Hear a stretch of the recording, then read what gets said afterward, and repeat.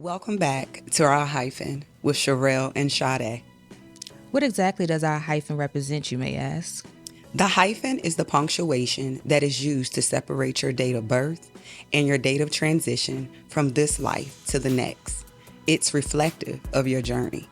Our hyphen is inclusive of good times, challenging times, moments of reflection, moments of realization, laughter, tears, all of the things that we experience as we journey through life. These are the conversations we started in 2020 on the living room sofa that led to some of the most transformational experiences of our lives. This is a judgment-free zone. Because every day we are growing and evolving. Your life, your hyphen.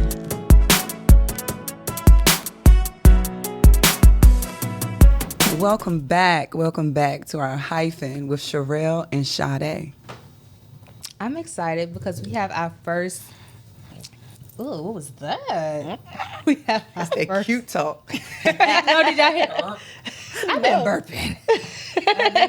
I burped like twice on the last episode. I don't know. You drinking as well? No. Oh. I haven't. This is my first drink in like 30-something days. I sound like I'm in Good AA. job. I promise I'm not. I was fast. Right. Anyway, so we have our first in studio guest. And when I say it was just divine, it was. This is Joshanae. We met years ago in high school when you moved. We won't drop the location, but when you moved to the area for school. Right. And her sister, Ja, does our makeup. So, we went today to get makeup done because we were recording today. We had some pictures today. She was there, had no idea she was there, and we just started talking. And it just made sense to have her on all the way from Miami. What's the area code? I want to say something real ghetto. Like, I just want to be... It's 33409. No. Oh, well, 409. It's 3 something else, right?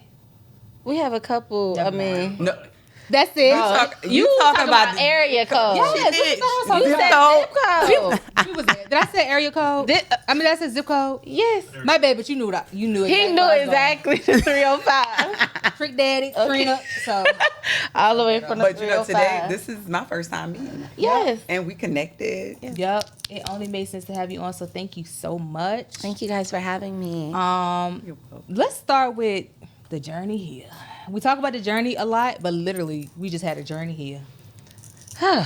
Yeah, so I'm here because my sister had her baby shower, as y'all know. So I've been here since Friday. And today, like she said, I didn't really even have any plans. I was just kind of like, what am I going to do today? My sister wants to unpack the baby stuff. But on the way here, I actually caught a flat tire, like literally 4 minutes away. And I was so excited because normally, I don't really come out the box. I don't really want to interact, but as she said, I felt like this was like a divine connection. And sometimes the devil will definitely try to stop you when you are in the midst of on your way to deliver a message, on your way to say something, on your way to encourage other people. So, and we had literally had that conversation earlier about how like you felt as though it's something you knew like you needed to start like giving your message and talking about your story, but how you had been kind of hesitant, and then you was like, let's do it. Right. Only for you to get 4 minutes away and then have another situation where it was kind of like, am I supposed to be doing this? Or, right. Should I just go back home or, And what's the scripture we was talking about? No, what we were talking about, the scripture The story. the story that we were talking about was in Exodus, where, the Israelites came out of Egypt. And God took them through the wilderness he took them through the desert for 40 years instead of taking them the short way. If he would have taken them the short way, he felt like that they would have, this is my interpretation, he felt like that they would have turned back and went back to Egypt to their old way. To go Absolutely. back, turn back. So with you, look how you came that distance. You got so close, you was 4 minutes away. You could, if you would have broke down, look, I sympathize with you. It's hard. But if you would have broke down 4 minutes from home, you would have never came, right? Right. So I you might had have gotten been that frustrated. far. Right. I probably would have got frustrated, to be honest, and be like, you know what, fuck this, I'm going home. I don't really want to, be outside right now. But I felt such a calm. I was like, you know what, I'm going to just I'm gonna just wait and see, because for me, timing is everything. I've learned that too. Even the delivery, or why a lot of times when God delays me from something, I just have started to kind of just sit back and be like, thank you for whatever you're protecting me from, because a lot of times we want things to happen like on our dime, and that can really cause an issue as far as when you're supposed to be there, how you're supposed to be there, protecting you on the highway, any of those things. And even earlier, we were talking about how, like situations, like we pray for certain things. We pray for strength. We pray for courage. We pray for understanding. But I was saying in my walk, I find that when I pray for stuff, God be like, all right, shawty, strap up, let's go. Right. Like, this what you asked for. Absolutely. And this was definitely an example of that. How, I'm going to start telling my story, and God was like, are you really? Let's see. Right. Are you really going to do it? See. Are you really going to follow through? Because I am... even for me to be here to talk about myself is, a foreign, and literally, we have not topic. talked in, like, we don't keep contact. I think we might follow each other on social media. But it's not like a, hey, girl, just like... Right. We had, like, we've known each other high school. We both went our separate ways. But then again, that's why I toasted to reconnection, because it is so powerful. Like, Bishop always talks about, like, the power of connection and reconnecting and who you're aligned with and things like that. And for me, it's very powerful because it's hard to catch me. It's not like I'm just going to be... out as you guys are. It's very intentional, as you say, where you're going to be, the location you're supposed to be at. So I definitely know there was an alignment, everything happens for a reason. Yes. So I'm going to ask you a question. Okay. Like, to get... This is about you. Okay. It's about us, but it's really about you, because I really want you to have a space to speak on what you feel led to talk about. If I were to ask you, who is Jashanae, what would your response be? A good question. I am a healer. I've learned that. I am a light bringer. I think that God has used me in so many ways to, like, be an example of,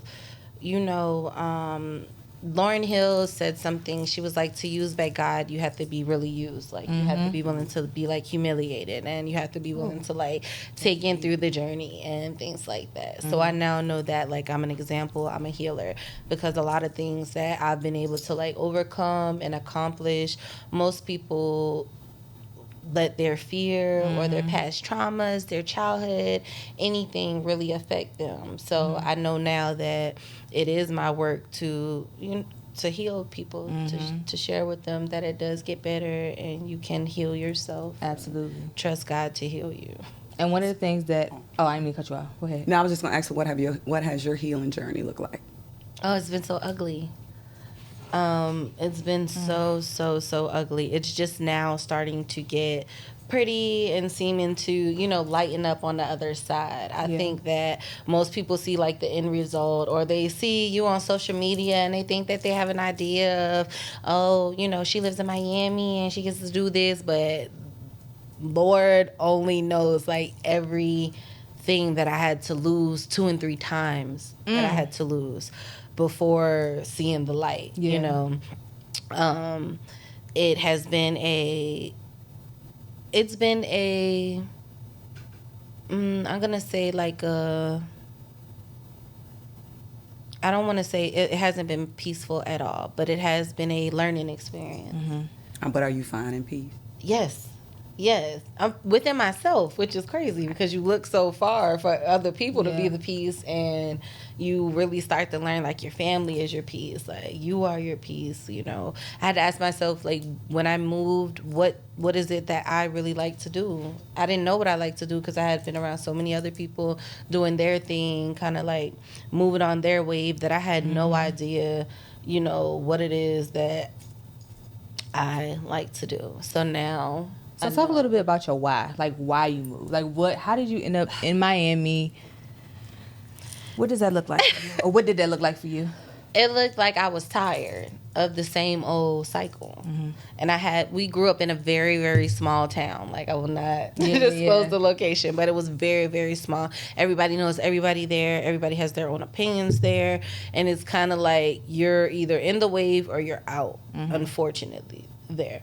So then I moved to the city and I kind of got exposed a little bit. And I was like, it's okay. But being a dreamer, always knowing that there was something else more for me, I was just like, if I'm going to be struggling, I'm going to struggle somewhere else. In the direction of what I'm trying to go. Yeah, like, let me that's a good point. at least make it worth my while. At least let me see some shit. Like, the struggle in Florida is a little less hard here. At least you can go by the water, sit by the beach, or serenity. Yes, meet some people, or for me it was the being inspired. So I got tired of being in the same situation. Unfortunately, poverty was like a thing that was normalized between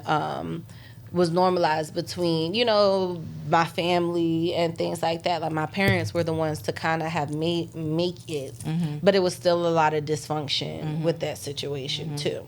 So for me, when me and my sister got a little older, I kind of just was like, especially my sister would be the reason, like, wanting to be an example for her, wanting her to know that you can dream chase and you can get yourself up out of any situation and pursue your goals. You're gonna fail either way, so you might as well take, like, I'm always gonna go extreme. Like, I feel that way now. I feel like I'm gonna always be over the top, and I'm cool with that now. Like, I don't want to be. Why you feel you're gonna fail either way? Because failing is a part of life, a part of, structuring yourself as a human. You almost want to. Most of the time when I learn something, I learn backwards. I want you to give me the hardest level. Even when I taught myself, like, Sudoku, I'm going to teach myself backward. I don't need you to go through the semantic of, oh, you start here and here and here. You don't need, teach me what I'm going to encounter. I can pretty much figure out the basis. Is it failing or learning? It's learning. Absolutely. It's learning. You have to change our vocabulary. True. It's definitely learning. Yes. I'm going to say that. So, but I think I can, like, I identify with both of you are saying. I think sometimes too, like, I'm a big advocate for being mindful of our words, but I do think sometimes it is important for us to label the ugly parts of life, because then when we make everything, we talk a lot of times, like, not everybody feels the way we feel about life. Like, not everybody, or the three of us, even like now that we talk, they can't see, like, those challenges in life as, like, a learning this is beautiful. This is a learning experience. Right. They are really, really sad about it, or depressed, or almost like discouraged, and they see no hope, that's the most thing. Being exposed to the world too is the hopelessness. I really feel like if you don't know that you can do it, like, if you don't know in your mind that it's really a thing, sometimes I look like people when we're, like, shopping or, like, at certain jobs, and I do feel like the weird ass girl just sitting there, because with the things that I'm thinking, like, so you really wanted to be 50 something, sitting at the same job for 40 fucking years, doing the same thing every day, and you never thought that you could be like, I don't even know what is for you. Enough. Yeah. Just enough. Like, my mama did this, my mama's mamas did this, and my mom did this. So this is all, like, I know how. Like, my cleaning lady at my job, I look at her every single day, and it makes me say, thank God I'm so fortunate. Like, when I get to go to my little desk and have my same seat, and it's so comfortable, and I got everything that I want around me, and I get to wear what I want and dress how I want to work. Every day it reminds me that, like, dang, like ma'am, all you really thought that you wanted to do in your life was clean up for other people, So it makes me, it encourages me to keep my goals and my visions bigger, not to just like you were saying, so many people don't see beyond what could be. It's really the here and now for them. Yeah. And I see us as being role models for people to remove that failure from their vocabulary and say, I'm going to learn from this experience. Yep. Because we are creatures of habit. Just like I told you at one point in time, I couldn't look at myself in the mirror to brush my teeth. I said, my affirmation to myself, I started off with one, and it was, I love me some me. And now I look at myself too much in the mirror. The mirror gets tired of me. Okay. You hear me? So having the positive support, because you can have a positive support system and you can have a negative support system. Right. So I feel like if you want to have that negative support system, then stay with the societal norms, which is where you'll stay stuck. Right. But if you want to seem like that outcast, where this level right here no longer makes you happy, then you're gonna have to be that outcast. Right. And I think that's a good point too. Like negativity, like you can find support in your negativity. Oh yeah. Like you find people Comfort. that, people. What's the word I'm looking for? Like people, daggone it. What's the word? Enabler. Yes, like people enable your bad behavior because then they can't hold you accountable for what you do. Right. Because they're scared that Yep. you're gonna hold them Because accountable. the moment you start holding people accountable, is an even exchange. Like when we Or- hold each other accountable.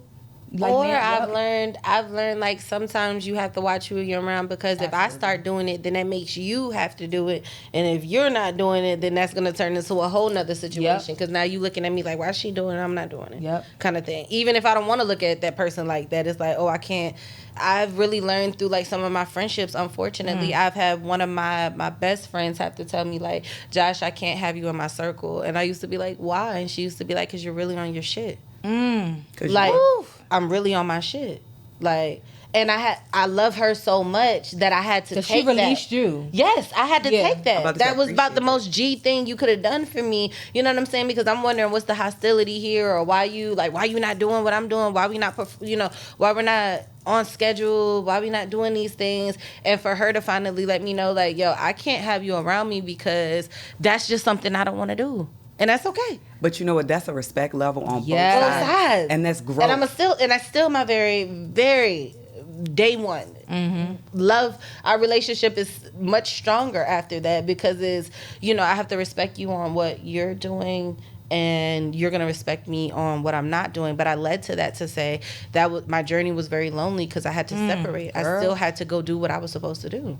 It didn't matter what they was doing. I still had to do that, which is That's a huge thing in my life too. Like feeling lonely and isolated. I'm so lonely. I was the only child, only grandchild for 10 years. And then, my sisters came along. But in that, like my teenage years, I felt alone a lot. Right. My parents were young. My mom turned 21 3 days after she had me. So now as a 31-year-old, I couldn't imagine being a mom. I would have like, oh my God, at 21. And at 21, I thought I could do it. Like, I was like, oh, I can be a mom. It ain't nothing to this. Girl, my kids have been sitting somewhere half damn crazy, because I was half damn crazy back then. Right. But I'm saying that to say, like, the loneliness that I felt the isolation that I felt as a teenager and as a child, that has also been, like, one of my most propelling forces as an adult. Because I've learned some stuff you just got to do on your own, boo. And you have to. Like, you can't get mad at people if they don't want to invest in things that you want to invest in, as far as like I told a story about Mia Ray. Like, I had to hear this woman's story from her mouth, sitting in the same space as her, because I'm so inspired by her. Like, she is there's no excuse that any of us sitting here or anybody watching can have that she can't have. She has accountable. Absolutely. Like, you saying that, but I did this. Now what? And so in that situation, and in some situations, I know before you've asked me, like, why you ain't tell me? And I'm just like, that was one of those things. Like, in some situations, I don't even think to include other people, because it's a me thing. Like, I got to go get this for myself. Like, I'll be back kind of thing. Yep. And so, I definitely think that's an example of how I have used that feeling, or those feelings of loneliness, to now be able to stand in a space where it doesn't bother me. Like, I definitely enjoy my periods of isolation and being able to find solace in my alone time, because at one point, I hated it. I could not be by myself. Didn't know what I like to do. Now I love that I can like go to the beach in the middle of the night by myself, or just like the other day I found this sweet beach in Florida, and it's so corny, but I always use Jaden Smith off the Karate Kid. Like, and when I'm scared of something, I always tell myself, like, you have to go. Like, and I'll be like, why do you have to go? And it's because I'm still scared.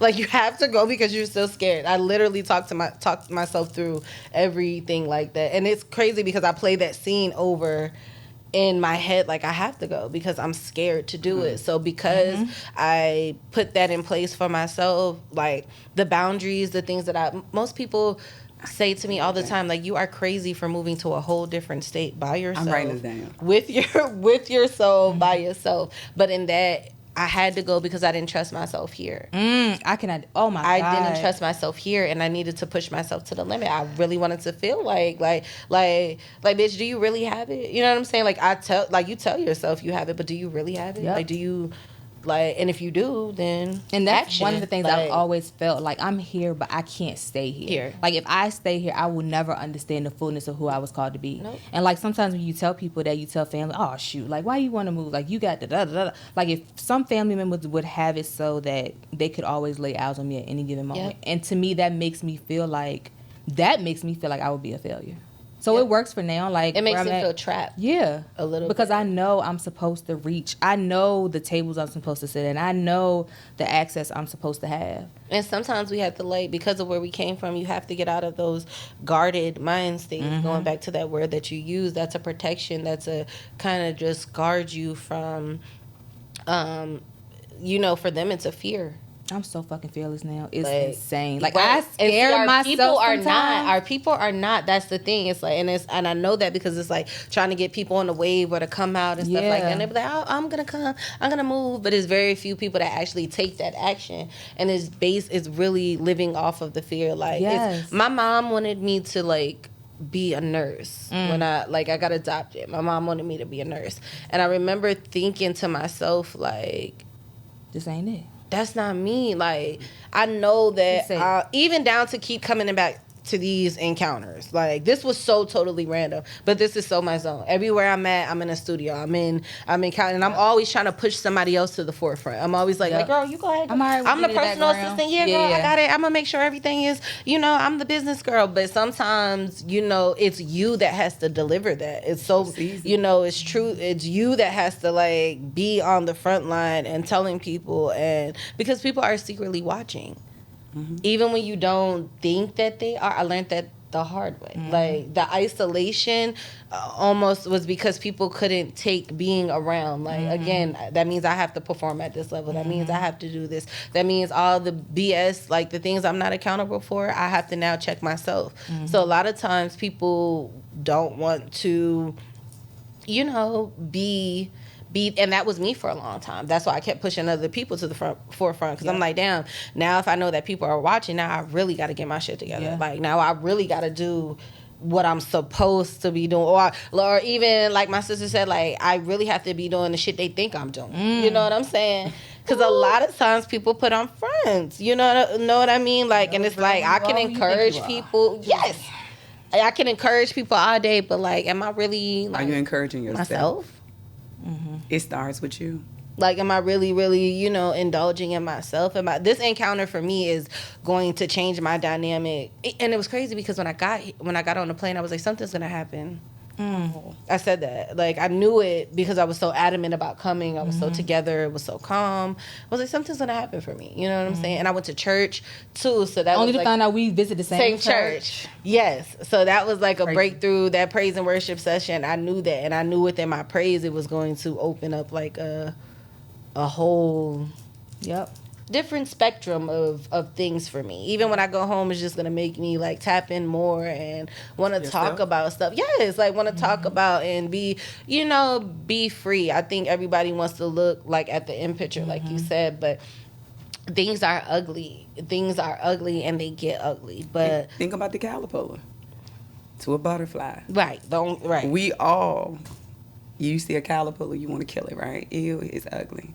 But look at what it has to go through, what it has to shed in order to become that beautiful butterfly. Absolutely. And I have fallen in love, and that's why I tend to be intrigued by people. My favorite people are people where I've seen the journey. Tabitha Burr, I remember being on, and I'm always intrigued by people's courage to do what comes natural to them. I literally remember watching her on Facebook Live cooking. And I'm like, yo, she on Facebook cooking, but she got that sweet spirit.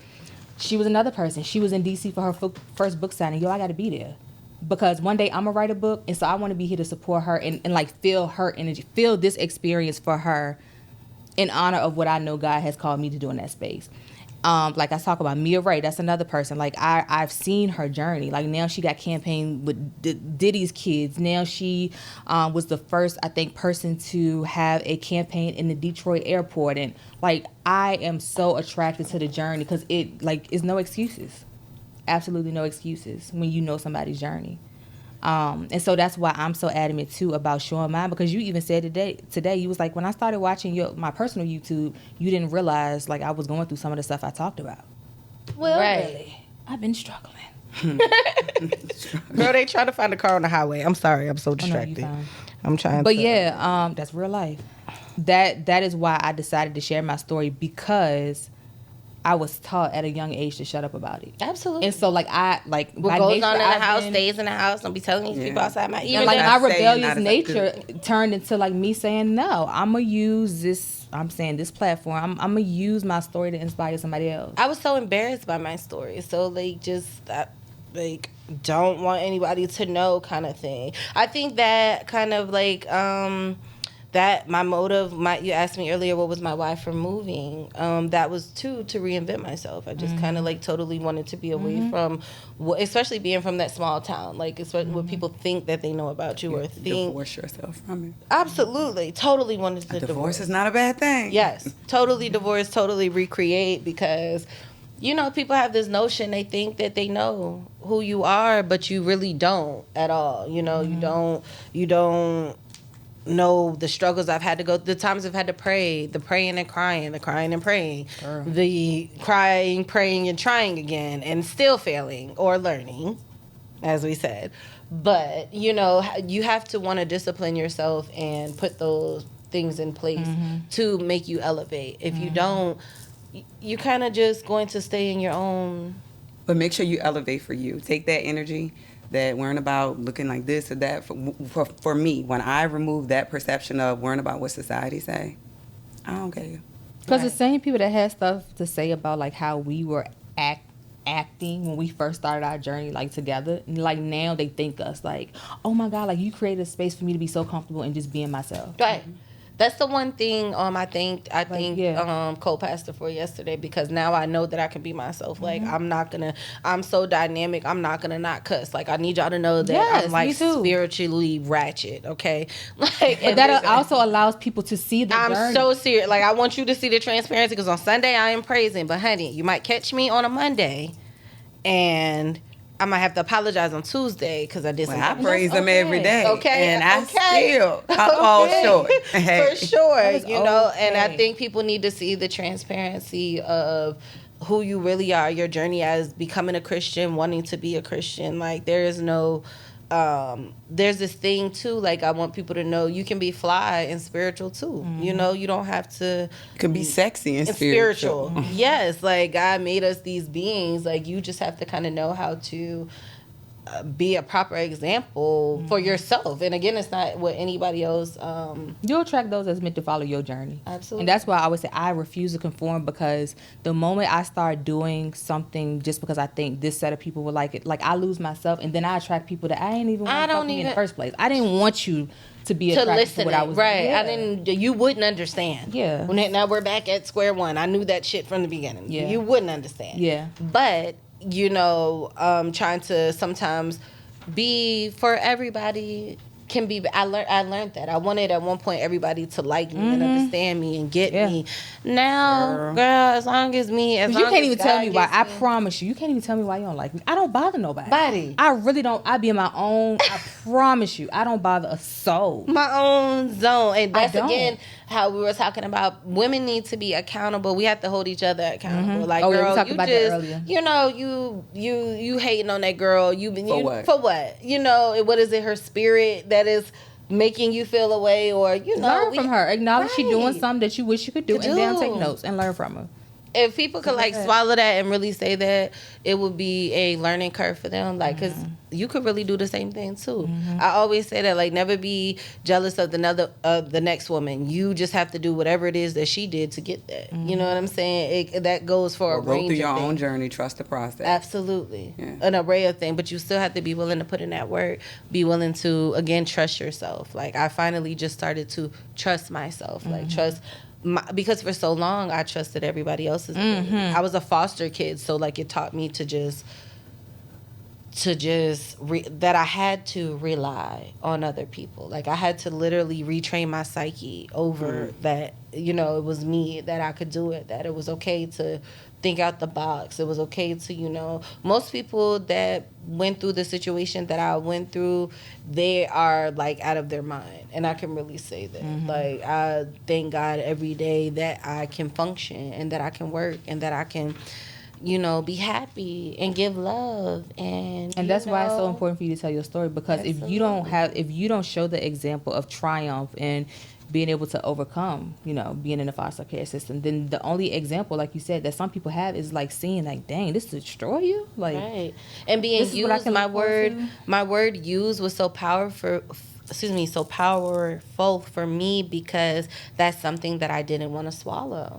You know, that like, dang, I've been used a lot in my life. Like I've been used a lot, you know. When after you guys left, I was in the bathroom and I was taking a shower and I could see the word over and over again, and it just caused me to reflect. And I was like, damn, you know, but at this, finally, for the first time ever, I can choose what I'm being used for. So that's why it's so dope to, like, this is going to propel me forward to choose you. To choose me, you know, because I've been used for so many things from a child growing up, you know, an image. I feel like some of my foster parents probably wanted us for an image to look like, oh, we have these like wonderful little girls. Like here we have the poster child for like what a black successful family is supposed to look like, not realizing like behind those closed doors everything was a shit show. You understand what I'm saying? Like, and then just being older, just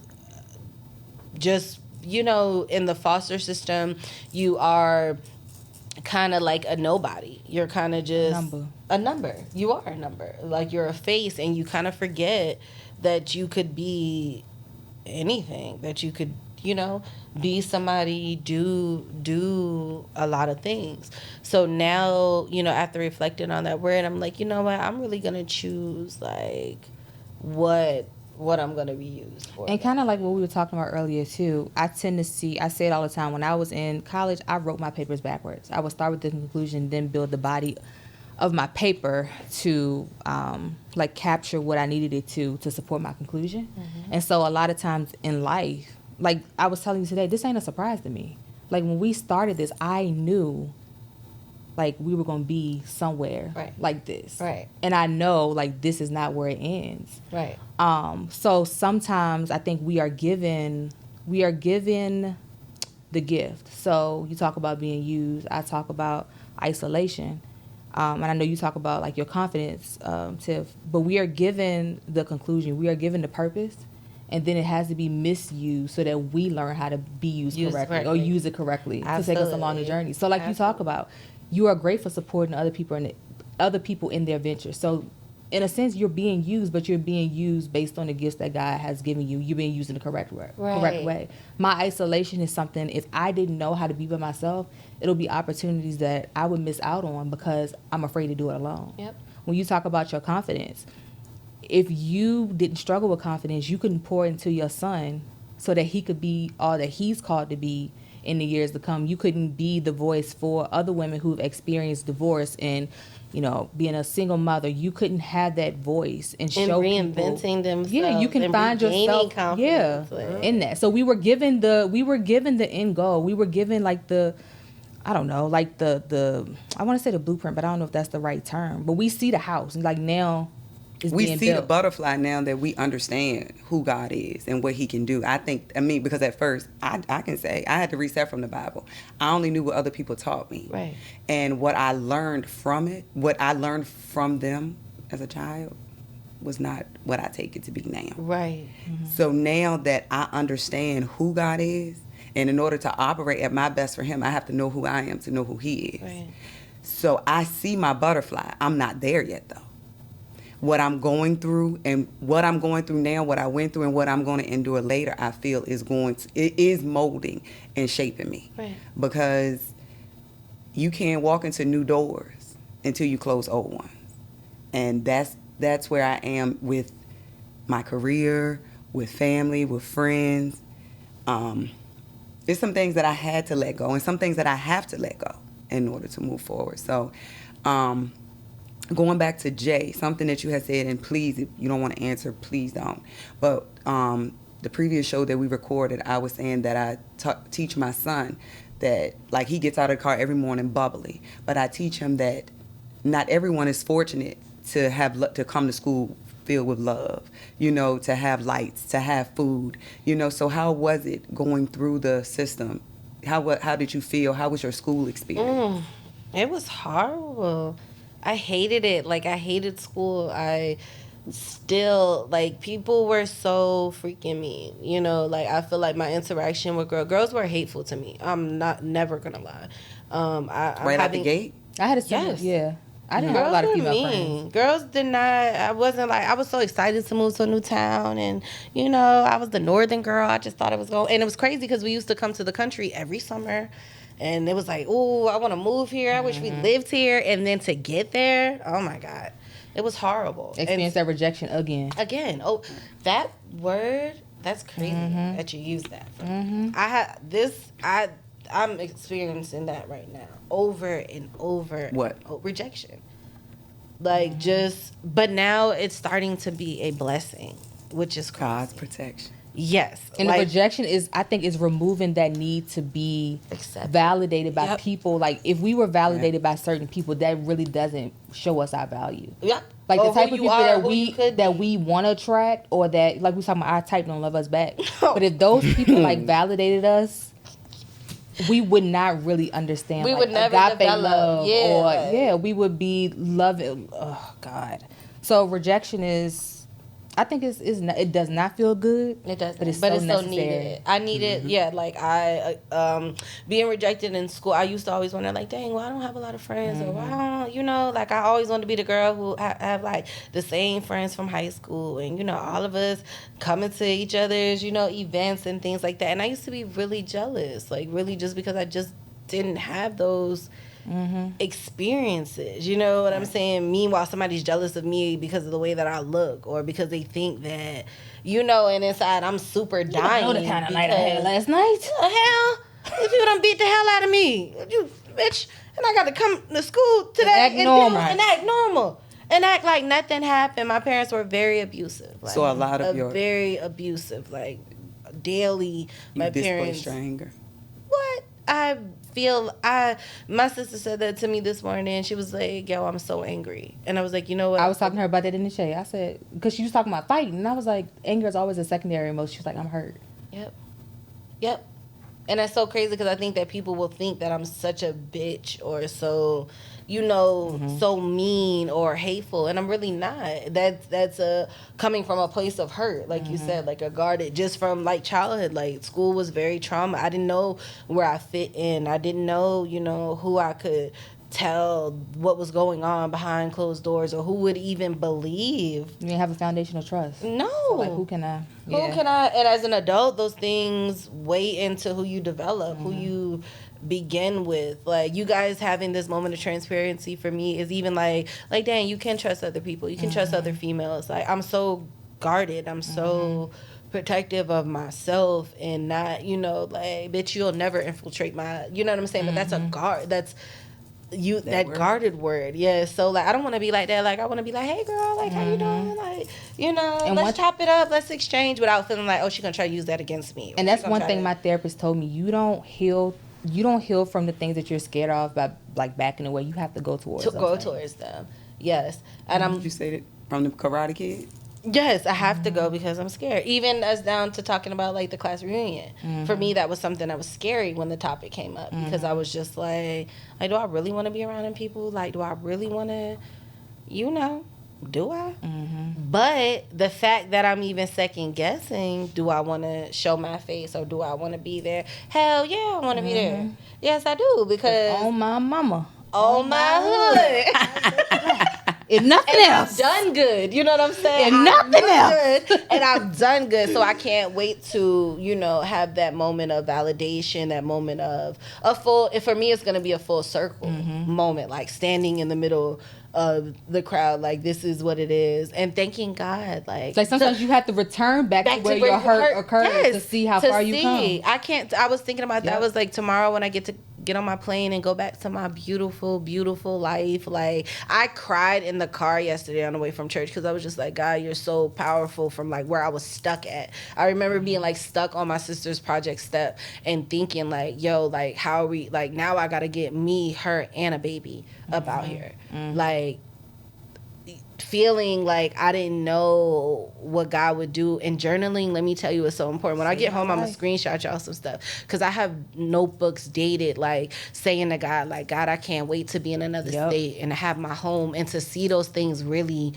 come to fruition and to be that. Like, that's when your relationship with God really starts to lock in. Like, I call God Big Dog. When I talk to him, that's really how I talk. We talked about that on the last episode. Like, I talked to him. I talk like, Big Dog, I really need a solution. Like, I'm gonna need you to come through. I be telling like, God, you be seeing what these people doing now. If I act a little out of character, I'm gonna need you to forgive me. Like, I really have a real and Jenny Mai is the one who really made me tap in with my realness. Just seeing like how everything for her had to be perfect, and like, I don't want kids and I don't want this, and I think I knew who I was, and now to trust God and then let her guard down is so cool to watch how God healed her and gave her a baby. And that girl was like, I don't want no baby. I don't want baby and Jesus. Lord, you're good.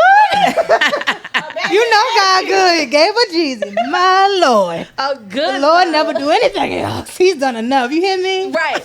But even in her situation, she had to be dragged. Her last husband humiliated her, didn't give her love. And he had a baby after saying he didn't want kids or something, right? With her, yeah. He humiliated her, didn't treat her good, anything like that. Like, look at how they did God. Look how they did Jesus. They had to humiliate him. True enough. Girl. So I'm excited about my journey. Even when things are like going a little disarray now, I'm kind of like tapping in like, girl. I be getting excited because like, something about to happen. Girl, you finna take off. Man. Like, all of that, right. All of that fell down. Like, just prepare yourself, baby, because you in a new season. Like, when, when those trials and stuff come, we said all of that because we started tapping back in about people's mental. When those trials start to come, you have to convince yourself. You have to know. You have to have like this delusional concept about yourself. Oh yeah, you got to be delusional. Like, I'm a little delusional. They don't even make the sense. Things but that I say them out loud. I tell them that. I do. They be like, Josh, like, I'm so damn serious. Like, I get out when I got to Florida, y'all. It sounds so psychotic. I get out sometime and I walk around the Lamborghini, in the Rolls Royce and the Maserati. I be pulling up in there with my little Honda. Girl, I get out of my car. That's right. But let me tell you a quick story about that to touch on that. G-Wagon. I told the story on my Instagram. G-Wagon is like my dream car. So at first it was just something I would see on Instagram. I'm like, oh, I like that. That's a cute truck. Like, I might want one of those. Then my friends, they're a married couple, they bought a G-Wagon. And it came, like, it was closer to home for me. Right. But I started talking to a guy, and he was like, you want a G-Wagon? I'm like, let's get that. But that was a me thing because I want to get that for myself. Like, I don't want, well, in that season, I ain't want nobody to get it for me. But now, anybody want to get your girl G-Wagon, holler at me. Nah. Somebody's son gonna be buying me a Benz, y'all. Hello. Watch that manifestation. So, but then it started being like so, at first it was one of those things, if I saw it, I was somewhere else and I saw it. But now, like, it's so normal to me. It's like, I see it all the time. I see it all the time. I see it all the time. So my 1 year anniversary at work was in June. And the owner of the company, he was like, let's chop it up. I'm going to take you to lunch. Why, when I went down to get in his car, he had just bought a G-Wagon. And that was my first time, like, riding in the G-Wagon. And I was saying, it didn't feel like, I didn't fangirl. It was just like, all right, guys. I belong here. We got next. Yep, we got I next. belong, and to be put in a position, because I never wanted to be in a leadership position. Like, I preached that. I was like, oh, no, I don't want to manage people. And I realized now it was because it felt too much like what I have to do, what I felt like, what I had to do in my personal life. Like, managing, like, being the glue to keep the family together. Like, managing people problems. Even when I was in college, I'm getting calls like, this is going on. Okay, shit, I'm trying to study. But all right, I'm going to handle this. Right. I'm going to tell y'all what to do. Right. So, to me, managing people, employees, felt too much like that, and I wanted to get away from it. Right. But as I became more open and, like, put in a position and up under somebody, like, his thinking is so allowed. Like, he could say he want to build a Eiffel Tower using ice cubes, and he gonna find a way to do it. He gonna find a way to do it. Like, he is delusional in his thinking to the point where it putting makes me, it yourself around those normalizes. people is so. Yes. Bishop talked about that. You have to put yourself around people. Even those girls on Instagram that you see that just feel like they, those girls were delusional enough to create the life that they really wanted, honey. So you call it what you want. That happened in their mind. They were delusional enough to feel like it could possibly happen for them. And it happened. So what you tell yourself, what you're like thinking, what you're like, that is so... You literally create your own experience. Like, I have journals where I have...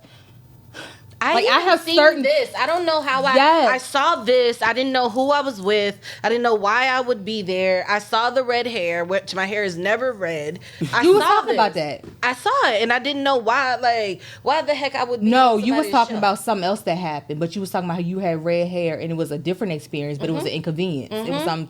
It was bad. Right. Yeah. Right. But the girl was telling me the dream was a rebirthing.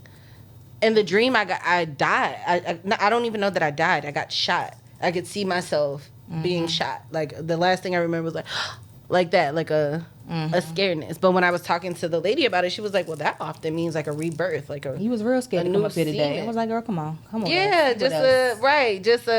but this is a rebirthing, a new experience, and I have seen this for myself. I didn't know. We create them, like, seriously. I have literally sat down and got my journal and thought of an experience I wanted to have, and I've had that experience. Right. Like, I'm so getting good at manifesting that I'm tapping it. Like, last night, I don't even know if I manifested this last night, because last night I intentionally manifested. Like, I cut off the TV. Mind you, sleeping in my sister's living room is like giving me I can't wait to get to my bed. But I know she wanted me to be, there. So I'm like, you know what? I'm gonna cut the TV off. I'm gonna just really, really try to like just think about what my future life is gonna be like. And I could see myself, like, I could see, the studio lights, I could see stuff like that, but I didn't think of what, what would I be doing? And I remember falling asleep, like,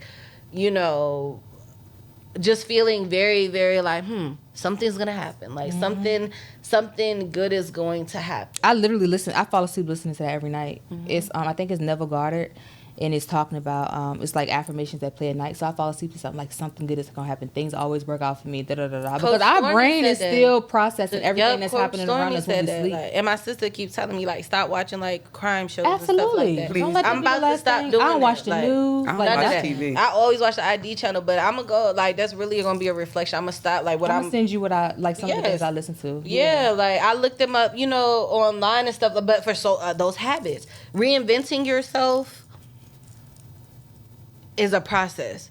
Like, you have to be willing to break those habits, break your ego, tap in with God, because he will really, really show you. He will really show you, like, I'm the big dog. Yes, like, I said what I said, and I said what I said, so it doesn't matter what you continue to do.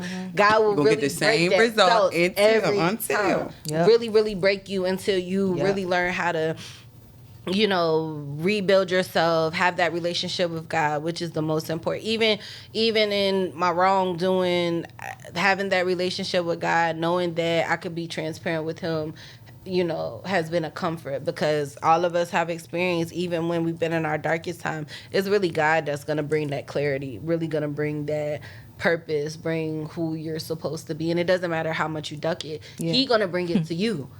It don't matter how many times I have been invited to the studio, so many times. And I'm like, no, girl, no, I'll just be back here. I'm going to be your makeup artist. I'm going to write the list for you. God will keep putting me on the mic to keep talking and keep, being in sessions with people. So now I do feel like, I've always felt like that. I was thinking about, like, what do I love to do? Is motivating people, because I really want them to know. Like, bro, if God could do it for me, if God is doing it for me, bruh, he can for sure.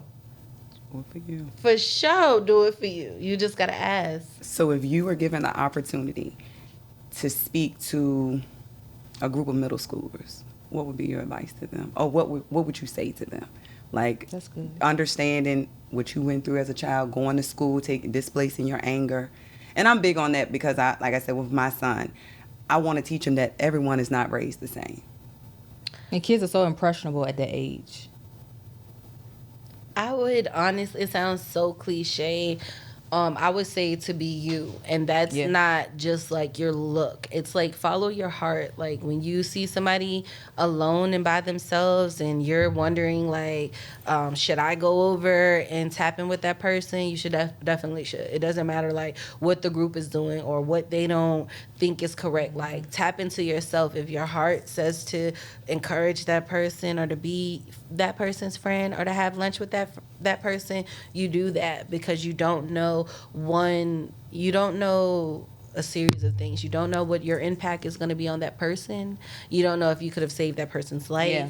And 3, you don't know what you're going to learn in that moment with that person. So, and also with him too, allow him to be happy. You know why? Because all of us don't get to be happy. So don't stifle him. You feel me? Like don't do that. Let him be joyous. You know why? Because other kids gonna want to know like, why you so happy? Like, how do I get that happy? Let them chase that, because even though it's not like when I was young, I wasn't happy, but I knew I was gonna get happy. I knew it was happiness.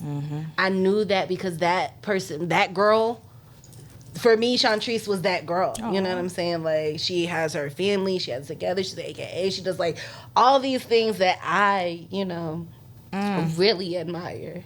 You know what I'm saying? Girl. So let her be happy. Let him be happy. Because I knew that I could get happy. I knew it.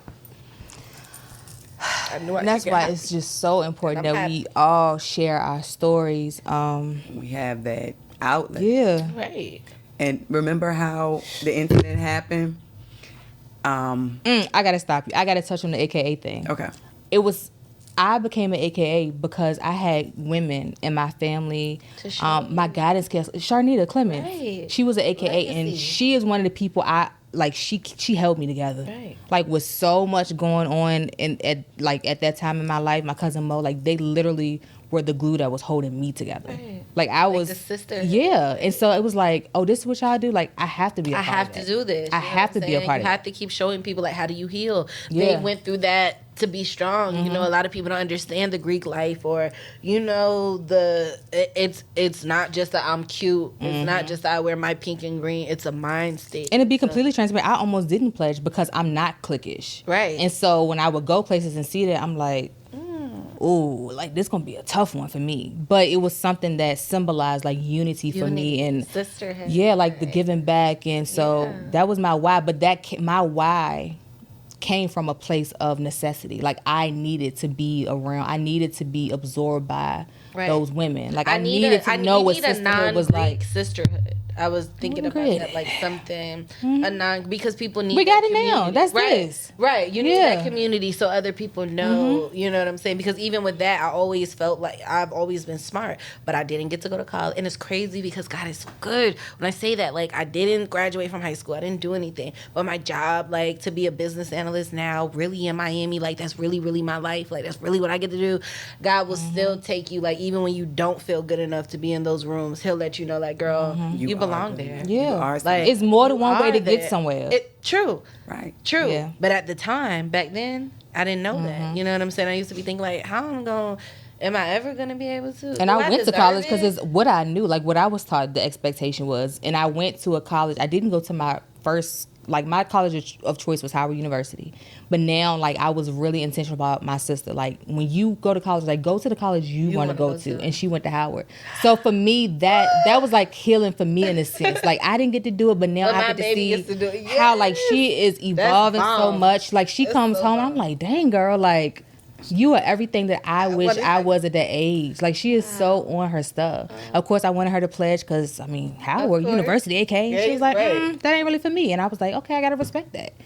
But I was proud of her. For even standing up for herself.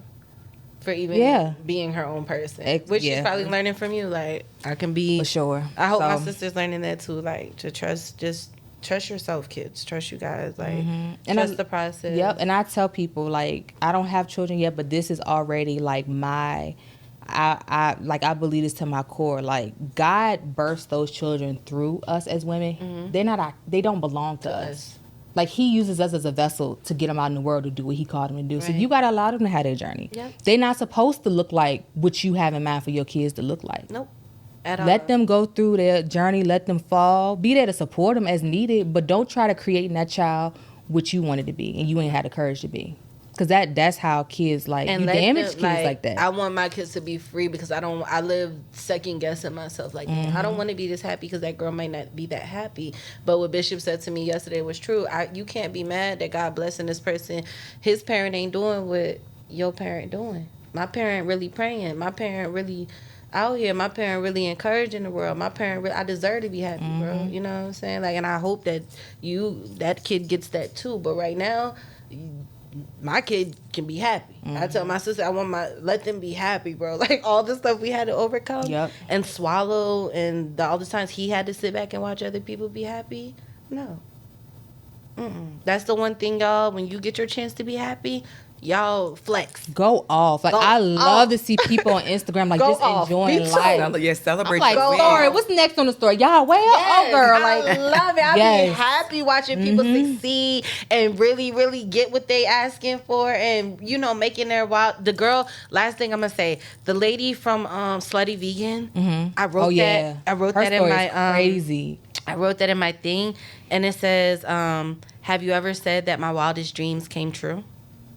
Like, have you ever said that? And that now is a staple in my life on my board because that's my goal. Like, I really want to say, like, yo, my wildest dreams came true. That's it. Wow. And that's so it. much. Yeah, but the example that I was given, remember how the children, when the issue happened with Jay? And look, I didn't realize it. The realization kicked in for me that not every household is happy. Remember that? And it was like I started talking to the kids because the incident happened. And I started talking to them. And some of the kids, they were like intrigued by me talking. And one of them was just like, we don't get these talks at home. No. So I just realized that I try to tell my child, just be nice. If it ain't for you, just walk away. Just be nice. It doesn't pay. Because I was one of those kids. I didn't get those talks at home. It was very much do it. And again, my parents were young. They did what they knew to do.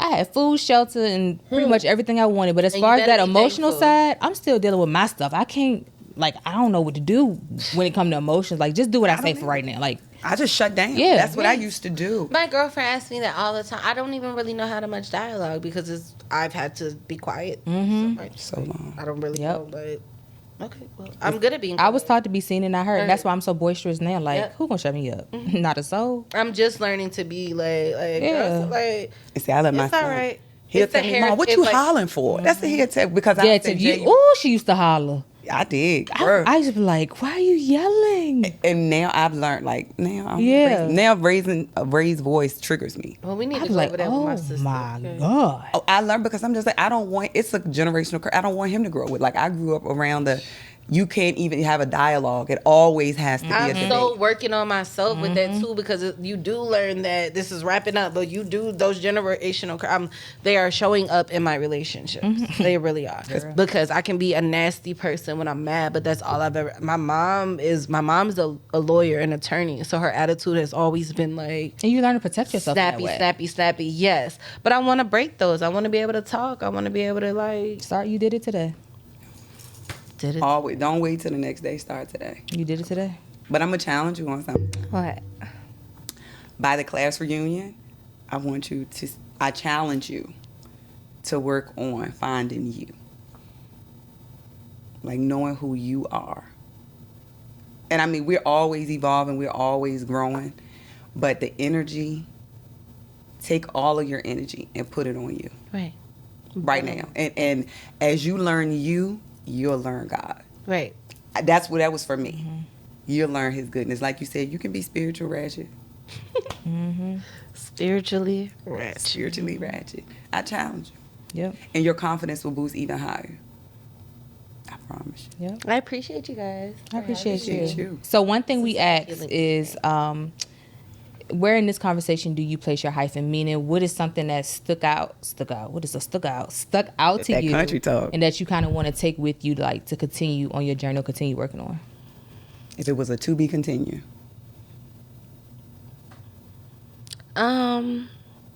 It would be just what you said, actually. Like, just really, really figuring out who I am. You know, like that is the to be continued. I can't. Who you wait are in this to season, because it revisit. changes all the time. Right. I cannot wait to revisit with you guys in about a year and just see, you know, that's the to be continued. I can't wait to see, with trust in myself, taking this chance, switching this energy, having this exchange of energy in my matrix, like what it's going to do. Like when I go home, when I, you know, sit back and think about, like, dang, you did that today. Like, you know, that was so different then. And it's crazy because I used to be like, I'd be saying to God, like, God, I just want to get on the plane and I want to go do some business. And it's so crazy how he just makes these things, these situations you ask for happen.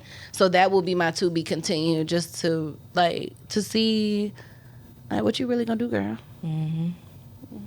How you really gonna Mine do? is short and sweet. Mine is just like really to always remind myself of like my power in manifesting, because I just be saying stuff. I believe it. I say it and I believe in it, and then it happened. I be like, oh yeah, like duh. I knew that was gonna happen. Know? In a good way, but I need to I need to practice that more in my daily life. Like really, like not waiting for stuff to happen, but speaking it into existence, like daily. Boom. Where would I place the hyphen today? Don't allow my guilt to keep me guarded. Well, y'all, that's where I am. Don't allow I'm so appreciative. Like, guilt to keep me guarded. Alignment. We've been talking about getting people on and trying to figure out who, what, what, and when. Boom. Divine alignment. And God been trying to get me on, and just like that, He got you. Big dog got you on. Big dog, thank you. Lights, camera, action. Appreciate it. So thank you all so much for tuning in. We will see you all next time. And answer that question for yourself. Where do you place your hyphen? Talk to y'all later. Later.